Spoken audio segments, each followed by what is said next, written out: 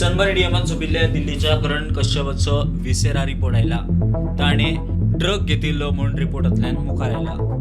The Viscera analysis report of Karan Kashyap, a native of Delhi who had died in mysterious circumstances when he had come in Goa last year to attend Sunburn EDM, has confirmed that he had consumed amphetamine drugs before he died. It means he died due to drugs overdose. Prudent police, who had registered a case of unnatural death in this matter, has not found any foul play in this matter and suspects that Karan Kashyap himself had purchased these drugs from any unknown drugs peddler. But so far there is no clue about that drugs peddler.